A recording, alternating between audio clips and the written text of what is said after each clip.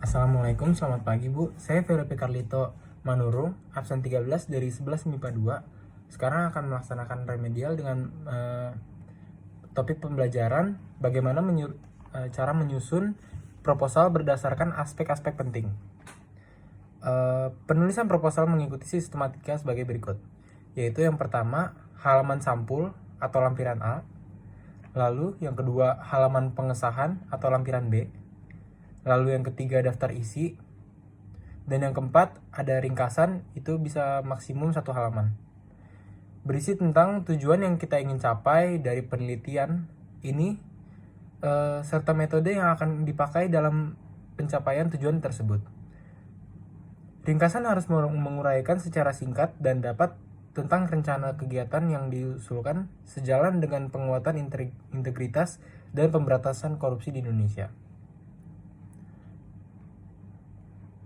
Lalu yang kelima, setelah daftar isi lalu ringkasan, yang kelima yaitu bab 1 atau pendahuluan. Uraikan latar belakang dan permasalahan yang akan diteliti, tujuan khusus, dan urgensi seperti keutamaan penelitian. Dalam bab ini, secara singkat, uraikan bagaimana riset yang diusulkan mendukung mencegahnya perilaku korupsi dan pemberantasan korupsi.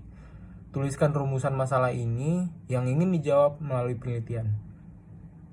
Uraikan pendekatan dan konsep untuk menjawab masalah yang diteliti. Hipotesis yang akan diuji itu atau dugaan yang akan dibuktikan. Dalam merumuskan masalah dapat dijelaskan definisi, asumsi, dan lingkup yang menjadi batasan penelitian. Dalam menguraikan perumusan itu, masalah tidak harus dalam bentuk kalimat atau pertanyaan. Lalu setelah bab 1 atau pendahuluan, kita dapat yang selanjutnya itu bab 2 atau tinjauan pustaka. Usahakan dalam penelitian menggunakan pustaka yang terbaru, relevan, dan asli dari jumlah ilmiah dan jurnal ilmiah. Kita uraikanlah dengan jelas kajian pustaka yang menimbulkan gagasan yang mendasari penelitian yang akan dilakukan. Tinjauan pustaka menguraikan teori dan temuan serta bahan penelitian lain yang diperoleh dari acuan yang kita jadikan landasan untuk melakukan penelitian yang diusulkan. Uraian dalam tinjauan pustaka menjadi landasan untuk menyusun kerangka atau konsep yang akan digunakan dalam penelitian. Tinjauan pustaka mengacu pada daftar pustaka. Lalu yang selanjutnya bab ketiga, itu metode penelitian. Dalam bab ini diuraikan metode yang digunakan dalam penelitian secara rinci. Uraian dapat meliputi dalam penelitian, model yang digunakan, rancangan penelitian, teknik pengumpulan data, dan analisa data, cara penafsirannya, dan penyimpulannya sesuai hasil penelitian.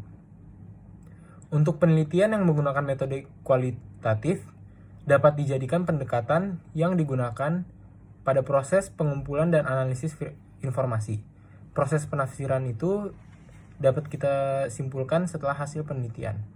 Lalu bab keempat atau bab terakhir itu tentang biaya dan jadwal penelitian. Itu diuraikan lagi menjadi jadwal penelitian. Terus kita uraikan lagi pada tabel, yaitu jadwal kegiatan penelitian, dan berisi nomor jenis kegiatan waktu, bulan pertama, bulan kedua, bulan ketiga, kegiatan pertama, kegiatan kedua, kegiatan ketiga, dan seterusnya. Lalu diuraikan yang kedua itu anggaran biaya. Seperti komponen anggaran biaya, penelitian terdiri dari honor, biaya bahan habis pakai, biaya sewa, dan biaya perjalanan, dan anggaran tidak dapat digunakan untuk pembelian barang. Selain bahan habis pakai, besaran anggaran untuk honor maksimal adalah 30% dari anggaran penelitian. Lalu yang selanjutnya daftar pustaka. Daftar pustaka disusun berdasarkan sistem nama dan tahun dan bukan sistem nomor, dengan urutan abjad, nama pengarang, tahun, judul, tulisan, dan sumber. Hanya pustaka yang disitasi pada usulan penelitian yang dicantumkan pada daftar pustaka.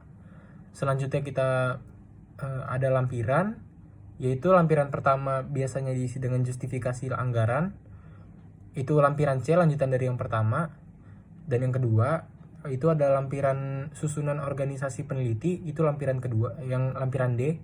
Lalu lampiran ketiga biodata ketua, anggota pengusul, itu lampiran E.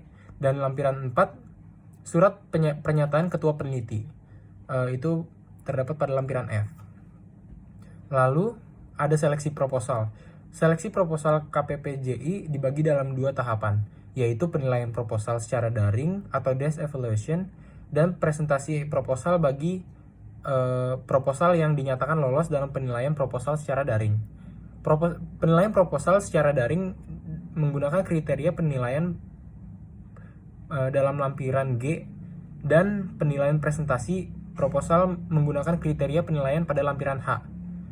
Lalu setelah seleksi proposal, kita dapat melaksanakan pelaksanaan dan pelaporan.